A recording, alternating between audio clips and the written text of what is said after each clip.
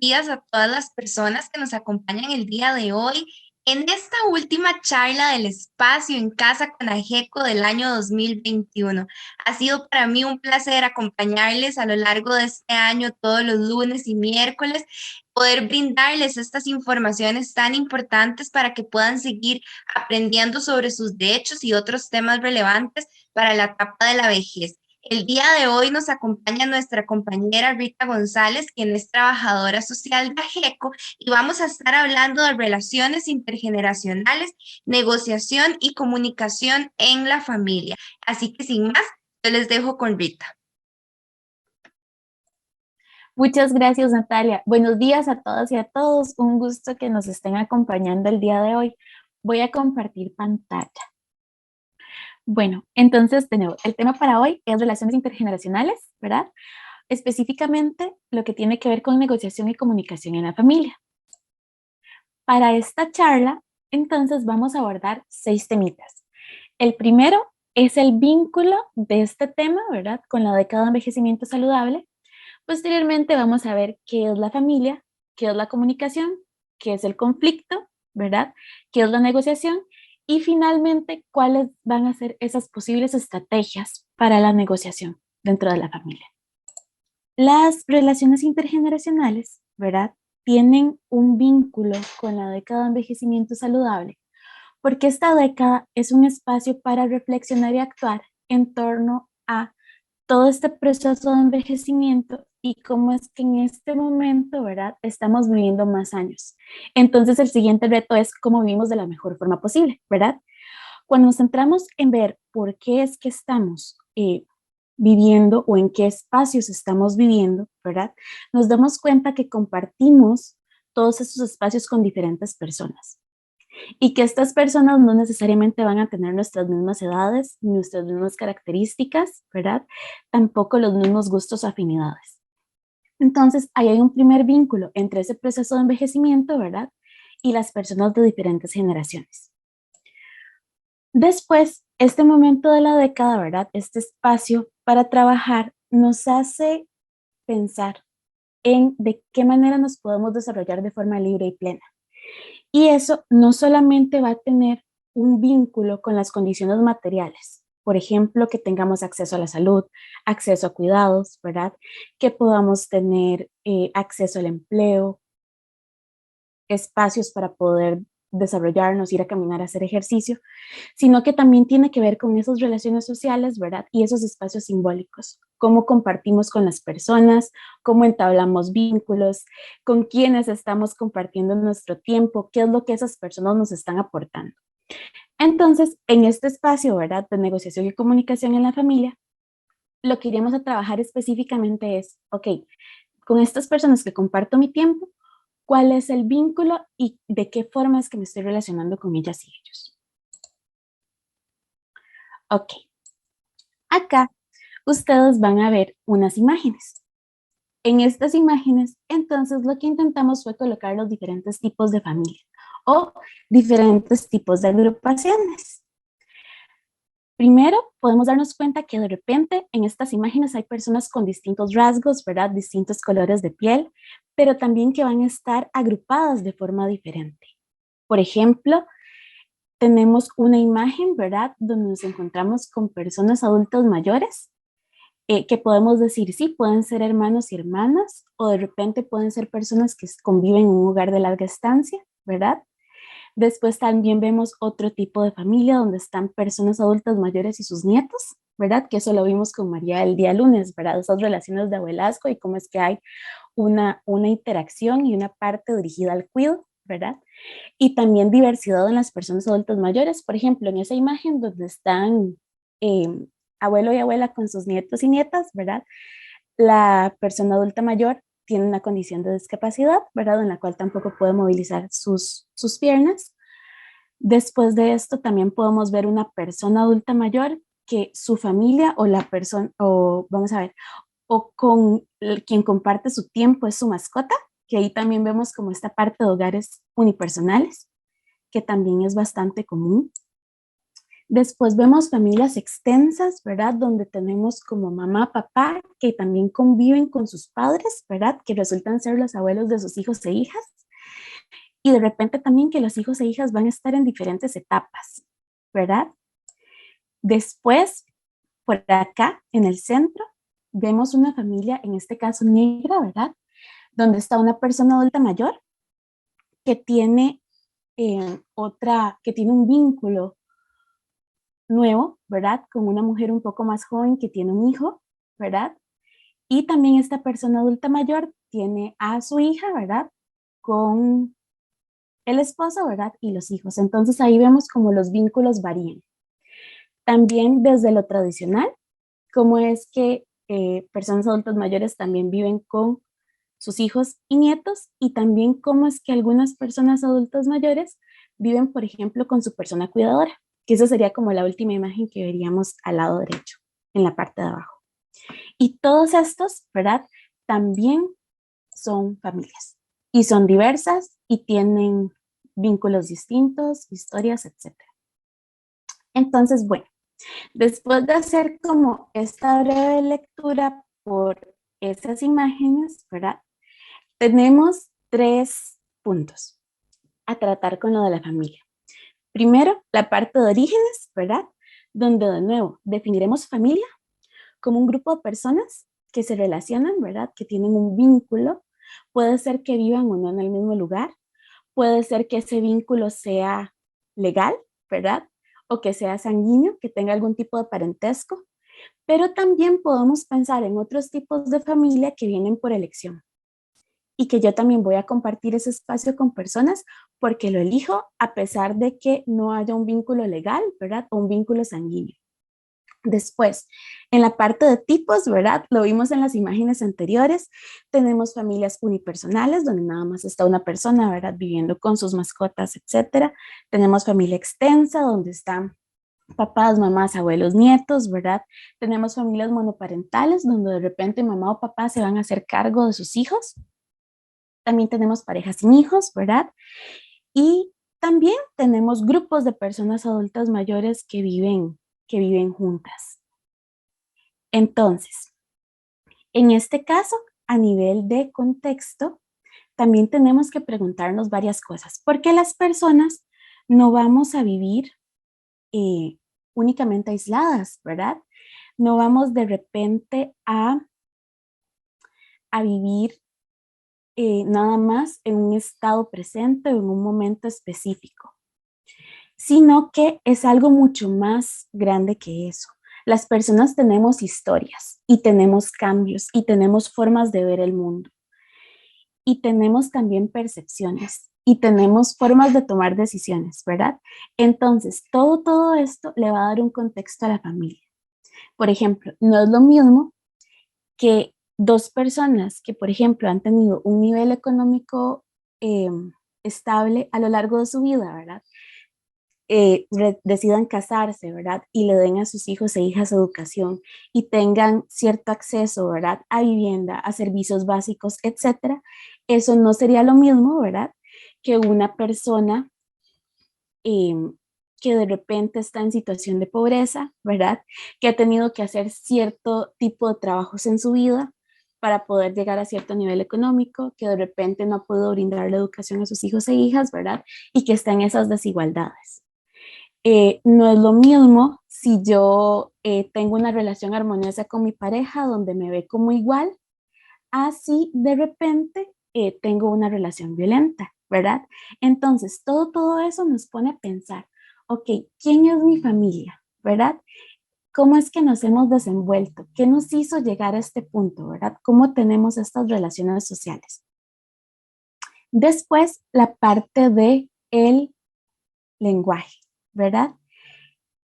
¿Por qué? Porque cada familia tiene su propia forma de comunicarse, ¿verdad? Porque llevamos de repente tanto tiempo conviviendo con las personas que tenemos nuestros códigos, sabemos qué indicaciones son a las que se refieren, qué es lo que nos van a decir, ¿verdad? ¿Qué nos va a dar? Y también ese sentido de pertenencia, ese significado de qué es la familia. Y eso también va a transmitir, va a tener ese lenguaje. Por ejemplo, ¿cómo es que le muestro a las personas que las quiero? ¿Cómo les muestro que estoy disgustada por algo? ¿Cómo es que genero preguntas dentro de la familia? ¿Cómo hago cambios? ¿Verdad? Todo eso entra dentro de este lenguaje. Ahora bien, continuando con los temas centrales, ¿verdad? Primero vimos familia, ahora vamos a ver comunicación. Entonces, para la parte de comunicación, lo primero es tomar en cuenta que esta comunicación va a tener como base el intercambio de información y que ese intercambio de información va a estar derivado de dos puntos. Uno, lo que tiene que ver con las personas, ¿verdad? Que estamos en esa comunicación. Y después el mensaje, que es esa información que estoy transmitiendo. Entonces, en el caso de las personas, ¿verdad? Tenemos que tomar en cuenta dos puntos. Uno, que las personas escuchamos y hablamos, ¿verdad? O que de repente emitimos el mensaje y también lo recibimos. Y que como personas, a partir de eso que estamos escuchando o que estamos diciendo, ¿verdad? Vamos a tener comprensiones, ¿verdad? Porque lo vamos a pensar, pero también lo vamos a sentir. Entonces, no es tan específico como ese mensaje o eso que estoy diciendo, sino que de nuevo, igual como en la familia, las personas tenemos una historia, ¿verdad? Y tenemos formas de pensar y de repente tenemos contextos y tenemos espacios en los cuales compartimos con otras personas. Estas mismas personas dentro de la familia, ¿verdad? Vamos a comprender, pensar y sentir diferente. Y después, el otro punto del mensaje, ¿verdad? Con esto, la pregunta sería, ¿qué es lo que queremos dar a conocer? ¿Verdad? ¿Cuál es esa información? Entonces, acá tenemos estos tres puntos, ¿verdad? Intercambio de información, persona y mensaje. Pero también dentro de esta comunicación tenemos que tomar en cuenta que de repente eso que estamos diciendo, ¿verdad? Más allá de tomar en cuenta las características de las personas y qué es lo que quiero decir, va a venir acompañado de lo verbal, qué es lo que estoy diciendo con palabras, ¿verdad? Lo no verbal, qué es lo que estoy transmitiendo a partir de mi postura, de gestos, ademanes, del tono de voz que estoy utilizando inclusive. Y después la parte de la intención, que es qué es lo que me está motivando a compartir el mensaje. Entonces, de nuevo, en esta parte de la intención, en todas, ¿verdad? Pero específicamente en la intención, ahí entra un montón el hecho de quién soy yo como persona y qué es lo que quiero transmitir y qué es lo que quiero compartir. Entonces, por ejemplo, acá en esta comunicación, ¿verdad? Vamos a ver de repente intenciones que son positivas, que nos van a permitir crecer, desarrollarnos, cuestionar, hacer las cosas diferentes, y otro tipo de intenciones, ¿verdad? Que tal vez van en otra línea, que tiene que ver de repente con control, con disminuir autonomía, con a veces egocentrismos, etcétera, etcétera, etcétera. ¿Y qué es lo que nos permite leer esa intención también? Aparte del conocimiento que tenemos de las personas, ¿verdad? Por todo el tiempo que llevamos compartiendo con ellas y ellos, evidentemente lo que estoy diciendo, ¿verdad? Y la forma en la cual lo estoy diciendo. Esto entonces, ¿verdad? Tomando en cuenta cómo es que la intención de repente puede ser positiva o negativa y que somos personas diferentes, entonces ahí vamos a entrar al tema del conflicto, ¿verdad? Ese conflicto definido como la oposición o desacuerdo, ¿verdad? Entre personas. Y que ese conflicto va a surgir de intereses distintos. Porque de nuevo, las personas somos diferentes, aspiramos a cosas distintas, de repente decidimos que queremos compartir el tiempo con las personas de forma distinta o no compartirlo, ¿verdad? A veces tenemos ideas estructuradas de qué es lo que queremos que se haga, otras veces no, ¿verdad? De repente hay cosas que se dicen y nos duelen, en otro momento no. Entonces, todas esas interacciones, ¿verdad? Tiene que ver con esas diferencias.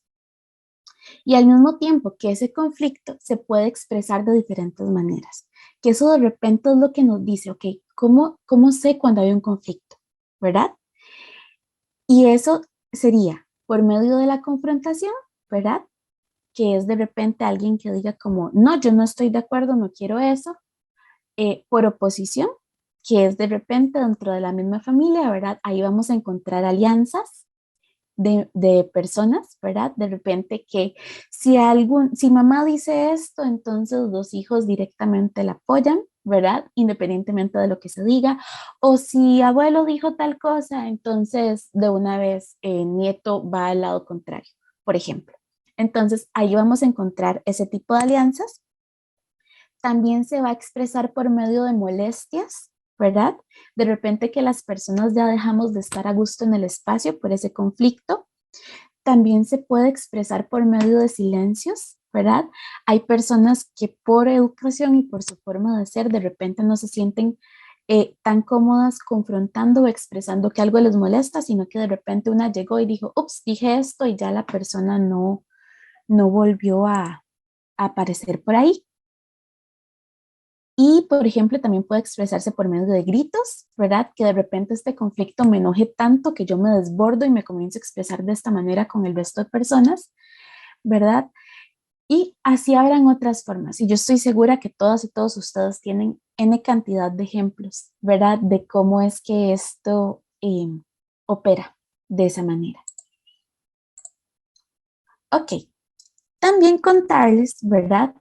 Que este conflicto va a tener niveles. Eso es como cuando uno está construyendo algo, ¿verdad?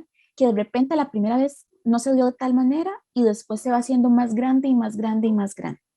Entonces, lo primero que hay que identificar acá es que para que haya un conflicto, primero va a haber un desacuerdo. O sea, vamos a tener visiones distintas y tan distintas que nos va a impedir de primera mano, ¿verdad?, llegar a un acuerdo. Después va a haber un problema, que eso ya quiere decir que va a haber tensión y malestar. O sea, ya no me voy a sentir cómoda. Ya el asunto no es como que usted piensa diferente a mí, sino que ya esto va subiendo y después viene la parte del conflicto, que es cuando ya eso no puede ser solucionado, sino que simplemente está ahí, ¿verdad? No puede ser solucionado en ese momento, pero sí puede ser solucionado. Eso es importante. Lo que pasa es que ya en este momento de conflicto, de repente a las personas nos va a costar más intentar buscar un acuerdo, porque ya subimos de nivel y ya esa molestia, ¿verdad?, se fue transformando. También contarles que esos tipos de conflictos, ¿verdad?, lo que hablábamos de ese desacuerdo mayor, puede ser visto desde 4 puntos, ¿verdad?, que son formas en las cuales se expresa ese conflicto. Están los latentes, que son esos que siempre están ahí, pero que de repente no identificamos. Algo tan simple, por ejemplo, como que, ok, estamos en la mesa, ¿verdad? Y se acomoda el salero y el azucarero en cierta forma, y después una llega y se da cuenta que está en otro lugar, no donde una lo dejó, y resulta que fue porque otra persona, ¿verdad? Dentro de la familia lo puso en otro lugar porque pensaba que era así. Entonces, pasan los días, ¿verdad? Pasan los años y de repente yo nada más identifico que el salero y el azucarero están en un lugar diferente, ¿verdad? Y eso me genera malestar, pero no me he puesto a pensar en por qué ocurre o quién lo cambia, por ejemplo. Después, en la parte de conflictos explícitos o manifiestos, son todos esos conflictos de los cuales estamos conscientes y que sabemos que existen. Por ejemplo, mm, que estemos con niños y niñas pequeños, ¿verdad? Y de repente pensamos en un momento, ¿verdad? De darles la hora para ir a dormir. Y resulta que con eso yo sé que los chicos quieren acostarse a cierta hora, ¿verdad? Que papá quiere que se acuesten a tal hora y que mamá quiere que se acuesten a tal otra. Y todas las personas dentro de la familia estamos completamente conscientes de que no nos hemos puesto de acuerdo respecto a la hora de ir a dormir, por ejemplo. Después también están los conflictos intrapersonales, que son todas esas situaciones que nos generan molestia, ¿verdad? A nivel personal, o sea, algo que es mío. Pero lo interesante con estos es que lo que es mío, que me genera molestia, de repente también me puede hacer que cosas que hagan otras personas también me molesten. Entonces, estos conflictos igual es importante identificarlos. Y los otros son los interpersonales, que esos son los conflictos generales, ¿verdad?, que tengo con las otras personas. Ahora sí, con todo lo que hemos visto de conflictos, ¿verdad? ¿Qué nos interesa? Nos interesa identificar ciertas cosas, ¿verdad? Por ejemplo, ¿qué produce el conflicto? Que eso es súper central, que con esto sabemos cuál es la causa, ¿verdad? Y cuál es el tema. A veces en los conflictos hay otras cosas interfiriendo que no nos permiten saber exactamente qué es lo que está generando esa molestia, ¿verdad? La otra pregunta es, ¿quiénes están en el conflicto? ¿Cuáles son las personas que están involucradas, verdad? ¿Y qué características tienen esas personas? ¿Por qué? Porque de repente, si lo que me molesta, por ejemplo, es que la persona que paga la cuenta de luz y de agua, ¿verdad? O sea, la persona que tiene ingresos económicos para hacerlo, decida otras cosas, ¿verdad? Que se hacen en la casa. Una cuestión interesante, ¿verdad? Es aquí en cuestionarnos, ok, ¿por qué la persona que tiene, ¿verdad? Por la forma en la que está organizada la familia, que hacer estas cosas, ¿verdad? También termina invadiendo otros espacios. Y cuando ya identificamos quién es la persona y qué características tiene, ¿verdad? De repente se nos hace más simple comprender cuál es la causa. O de repente cuáles son esas luces de cómo lo operamos diferente o cómo le comunicamos a la persona que queremos hacerlo diferente. Después, la otra pregunta sería, ¿cómo se han resuelto en situaciones anteriores?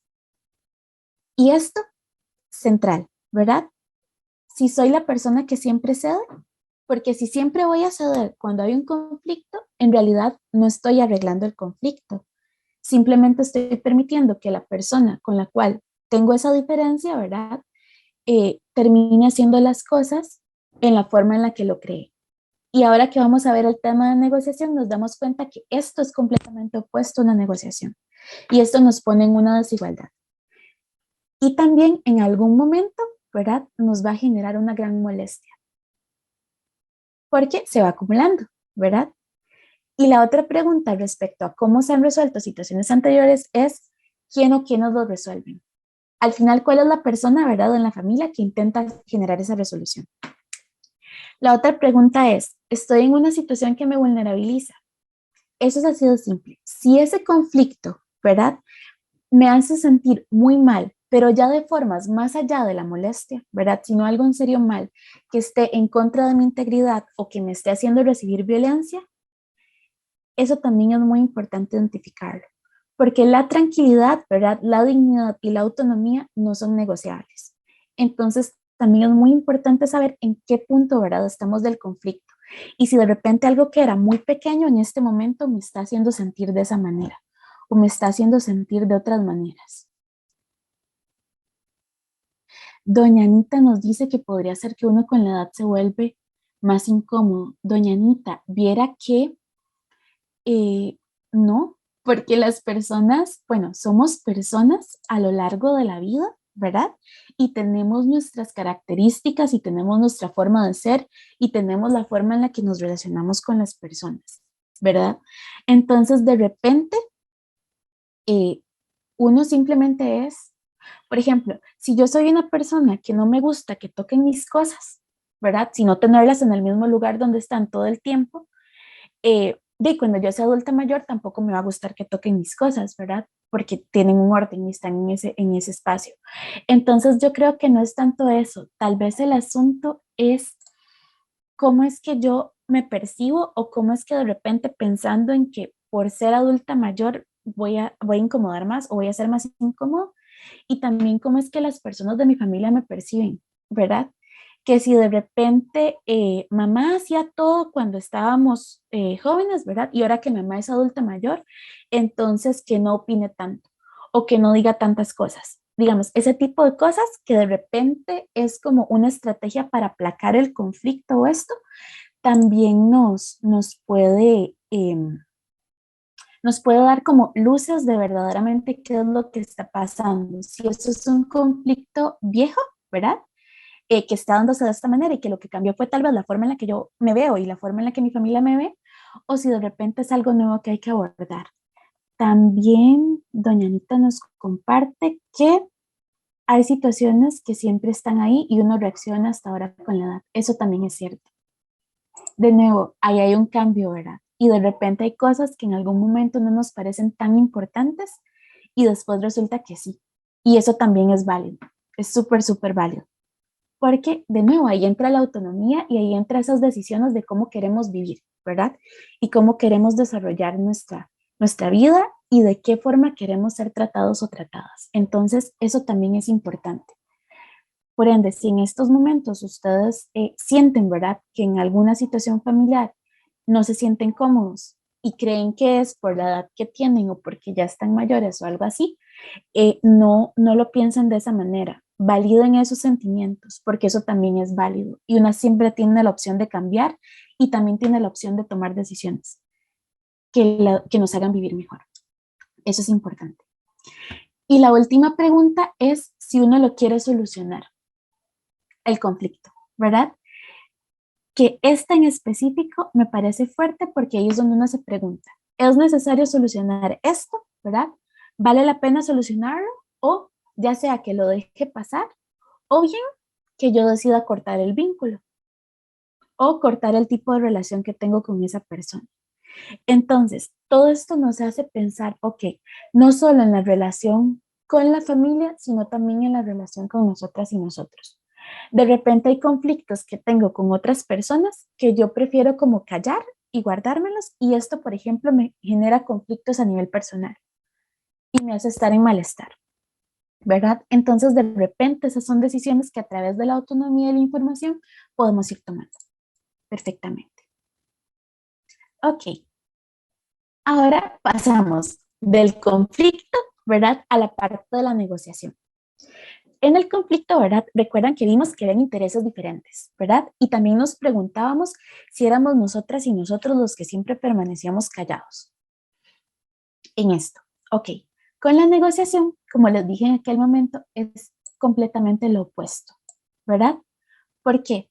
Porque el objetivo de la negociación es que encontremos un acuerdo, algo que sea aceptable para todas las personas, ¿verdad?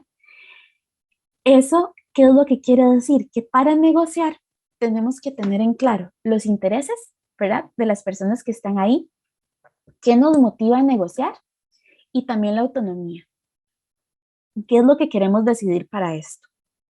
Entonces, en ese acuerdo aceptable, ¿verdad? También es muy necesario que sepamos, ok, para que sea aceptable, yo tengo que tener un reconocimiento de qué es lo mínimo que yo quiero aceptar. Y a partir de eso también poder exigir a las otras personas qué es lo que yo quiero, ¿verdad? Y al final, la finalidad de esta negociación es generar ya sea un acuerdo, ¿verdad? Que es como, por ejemplo, ok, los miércoles en la noche yo soy la que voy a usar el televisor, por ejemplo, o no puedo salir en este momento a hacer las compras del súper, pero entonces yo voy a hacer la lista y me traen las cosas de la lista tal cual están, por ejemplo. Podemos llegar a una resolución que es como que ya ese conflicto dejó de ser relevante porque ya aclaramos las cosas. Por ejemplo, lo de la sal y el azúcar en la mesa, ¿verdad? De repente ya aclaramos por qué es que eso estaba en un lugar diferente y resolvimos que simplemente lo vamos a seguir moviendo de lugar, por ejemplo. O que al final lo vamos a poner en el centro de la mesa o que ya no va a estar en la mesa, por ejemplo. Y después el punto neutro, que eso es como cuando el conflicto muere, cuando ya le dejamos de dar importancia a algo, porque ya decimos, ok, en una balanza, ¿qué es más importante? ¿Seguir teniendo este conflicto por este específico o simplemente dejarlo morir? Eso también es válido, ¿verdad? Claro, estas finalidades tienen que estar de acuerdo con cuánto significa para nosotras y nosotros ese conflicto, ¿verdad? Y qué es y cuál es el impacto que está teniendo en nuestras vidas. Nada más de esa manera es que podemos ver qué tipo de finalidad es, ¿verdad? Si de repente hay algo muy, muy, muy importante, por ejemplo, donde yo llego y mis hijas e hijos me hablan golpeado todo el tiempo, ¿verdad? Un punto neutro hacia ese conflicto, de repente sería más complejo, ¿verdad? Porque eso quiere decir que yo voy a fluir, ¿verdad? Y de repente eso está yendo en contra de mi integridad, ¿verdad? En contra de lo que yo quiero para mí. Entonces, de repente eso está por ahí. Ok. Después también, en la parte de la negociación, ¿verdad? tenemos que tomar en cuenta que todo lo que se haga en ese espacio de negociación tiene que tener en el centro a las personas. Entonces, lo más importante va a ser cómo nos sentimos nosotras y nosotros, cómo se sienten las personas dentro de la familia, ¿verdad? Que estamos de repente llegando a este espacio donde tomamos acuerdos, ¿verdad? Y pensamos en lo que pasa. Después, muy importante, no deben existir ganadores o perdedores, ¿verdad? Sino que tiene que ser un ganar-ganar. Ese proceso de negociación tiene que ser algo que yo diga, ok, ya llegamos aquí y qué lindo se siente y que también las otras personas puedan decir eso. Entonces, de repente es un proceso no tan rápido, ¿verdad? Y no tan lineal, no vamos como al punto porque es una construcción, pero eso es importante. Y sobre todo que eso trae un montón de beneficios para que nos desarrollemos como personas y dentro de la familia. Porque negociar implica empatía, eso quiere decir pensar en las necesidades de las otras personas, implica compromiso, ¿verdad? Porque en la negociación yo también tengo que ceder partes y también implica autoconocimiento, porque dentro de esa negociación yo también tengo que estar clara en qué es lo que voy a ceder, qué quiero ceder y de qué forma voy a cederlo. Entonces, eso es importante que lo tomemos en cuenta. Y si lo vemos como el proceso de negociación como parte de nuestro desarrollo como personas, ¿verdad? Ahí justamente es donde podemos llegar y decir, ok, estoy negociando, estoy trayendo bienestar a mi familia, estoy creciendo yo también y además el crecimiento que tengo como persona es sumamente amplio porque todos estos aspectos de empatía, compromiso y autoconocimiento los puedo aplicar a otros momentos de mi vida. Y estos procesos de negociación, ok, también los puedo aplicar con mi grupo de amigas y amigos, de repente con el grupo que hago voluntariado, con las compañeras con las que tomo café, etcétera, etcétera, etcétera. Entonces aquí vemos cómo es que algo básico que se cultiva en estas relaciones nos permite seguir creciendo, ¿verdad? Y seguir mejorando como personas y mejorando en nuestros espacios, ¿verdad? Ok. Después, la parte de estrategias para la negociación. Que, ok, después de que vemos que queremos un acuerdo que sea igual de bueno para todas las personas, ¿verdad? Dentro de la familia, entonces, ¿cuál es la estrategia que voy a seguir? Primero, voy a fijar un objetivo. Si vamos a negociar, quiero saber específicamente para qué es que vamos a negociar. Si lo que quiero negociar es, por ejemplo, los fines de semana que vamos a almorzar juntas, por ejemplo, los domingos que vamos a almorzar juntas y juntos, ¿verdad? En toda la familia, si eso es lo que yo quiero negociar, entonces sé que ese es el objetivo, saber, por ejemplo, cuál domingo al mes es el que vamos a dejar apartado para, em, para poder compartir juntas y juntos, ¿verdad? Pero para poder llegar a ese objetivo, ¿verdad? De en qué momento es que vamos a compartir ese tiempo, tenemos que cultivar habilidades como la escucha activa y lo que dijimos de la empatía, el conocimiento y todo esto. Entonces no es nada más el objetivo, sino que también tengo que estar abierta a escuchar a las otras personas, saber qué quieren, por qué lo quieren de esa manera, qué es lo que necesitan. Después, tengo que identificar los recursos existentes. Por ejemplo, si resulta que yo tengo, ok, si resulta que una persona adulta mayor tiene 7 hijas e hijos, ¿verdad? Y queremos todas y todos reunirnos un domingo, ¿verdad? Asumo que el espacio donde nos vamos a reunir tiene que ser un poco amplio, ¿verdad? Porque se trata de que esas hijas e hijos también vengan con sus familias. Entonces, si yo quiero que nos reunamos un día al mes, todas las personas de mi familia, entonces también tengo que pensar, para llegar a ese objetivo, ¿qué es lo que voy a necesitar? Y saber si eso se puede hacer o no, porque, por ejemplo, también nos puede pasar que llegamos al objetivo, ¿verdad? Llegamos al acuerdo y ya cuando lo vamos a poner en práctica, por distintas razones no se puede. Lo siguiente en la negociación que es importante es centrarnos en las soluciones, porque ya cuando llegamos a la negociación implica que identificamos el conflicto, que sabemos qué es lo que queremos, ¿verdad? Y también que estamos dispuestos a escuchar a las otras personas. Entonces, en ese punto, ¿verdad? nos vamos a centrar en las soluciones. ¿Ok? ¿Qué es lo que ocupamos para que todas y todos almorcemos juntos una vez al mes? Después, importante en las estrategias de negociación, aprender de las experiencias. Porque ya en todas las familias, ¿verdad? Con todas las personas con las que compartimos, de una u otra manera, de repente hemos intentado negociar. Y hay cosas que nos han salido súper bien, hay otras que no tanto. Entonces, lo importante no es centrarnos en qué días fue que no llegamos a un acuerdo, por ejemplo, sino por qué ese día no llegamos a un acuerdo. ¿Qué nos faltó? ¿Verdad? De repente, ¿a quién le faltó ceder más? ¿A quién le faltó escuchar más? ¿Verdad? De repente, ¿cómo se pudo haber sido más flexible? Y lo que ahora nos compartió doña Anita, ¿verdad? De repente cosas que en algún momento no tenían importancia y que ahora sí la tienen. Porque tal día en esta negociación yo cedí esto y después el resto del tiempo me sentí súper incómoda porque eso que cedí en realidad era muy importante, pero no lo sabía. Entonces ahí es donde viene ese aprendizaje. Y lo otro es respetar las personalidades, ¿verdad? Ahí es donde está esa interacción compleja de la que estábamos hablando, de cómo es que como las personas somos diferentes, ¿verdad? De repente estos espacios de negociación sí tienen que estar súper demarcados, porque así como yo puedo respetar las personalidades de las diferentes personas de la familia, ¿verdad? También tengo que establecer esos límites de cuál es el mínimo con el cual vamos a llegar a negociar. Entonces, ahí está como esos puntos de equilibrio. Por eso es que es tan importante, ¿verdad? Que si ustedes deciden iniciar con un proceso de negociación para X cosa con sus familias o de repente hacerlo diferente porque se dieron cuenta que en las otras ocasiones estaba faltando, por ejemplo, más escucha activa. Entonces, ¿qué quiere decir esto? Que yo tengo que respetar a la persona porque no se trata de que simplemente haga lo que yo quiero en el proceso de negociación, pero también tengo que establecer esos límites. Y también tengo que, así como decidí desarrollar mi habilidad de empatía, de autoconocimiento, ¿verdad?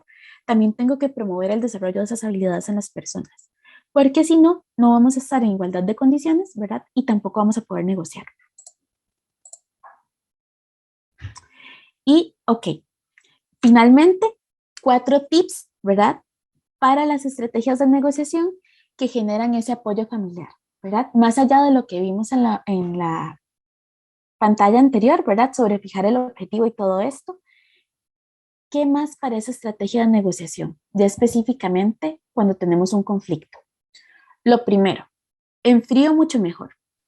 Si yo pretendo negociar cuando una persona está molesta o alterada, o inclusive cuando yo estoy molesta o alterada, no voy a poder lograr nada porque cuando estamos molestos generalmente no estamos dispuestos a escuchar, ni tampoco estamos dispuestos a pensar en la otra persona, sino que la molestia de repente va a ser un poco más grande.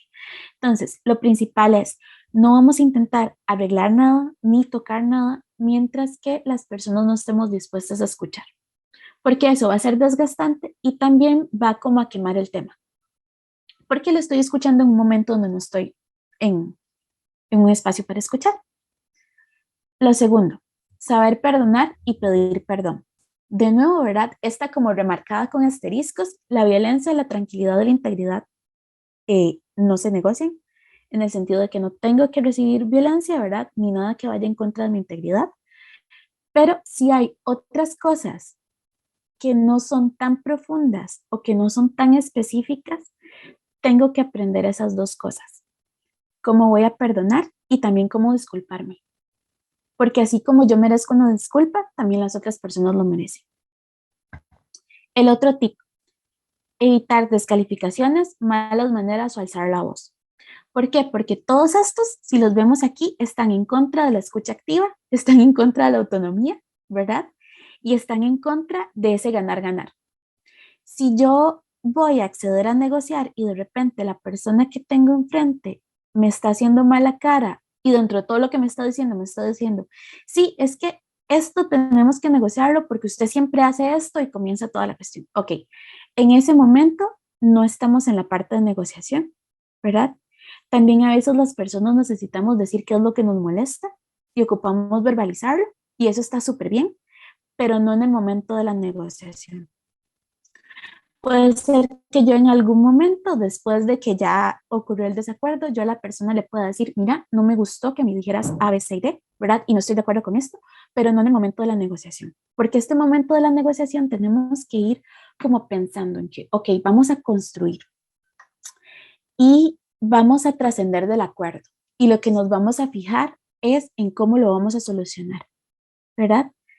No en lo que se hizo mal, porque eso que se hizo mal tiene que ver con el abordaje del conflicto antes de negociar. Igual, si ustedes necesitan decir qué fue lo que estuvo mal y cómo fue que eso lo sintieron de esa manera, súper bien. Y están en todo su derecho y les invito a buscar ese espacio con las personas de su familia. Eso es muy importante.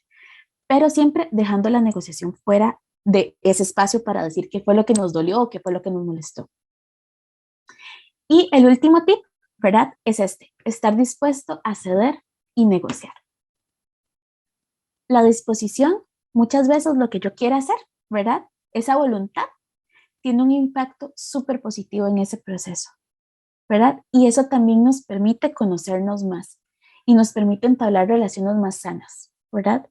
Y nos permite también ver de qué otras formas otros conflictos también pueden ser resueltos. Entonces eso va a mejorar nuestra calidad de vida. Ok, ahora yo traje 3 preguntillas para ver si ahorita las desarrollamos como todas y todos, pensando como en lo que hemos visto hoy en nuestras experiencias.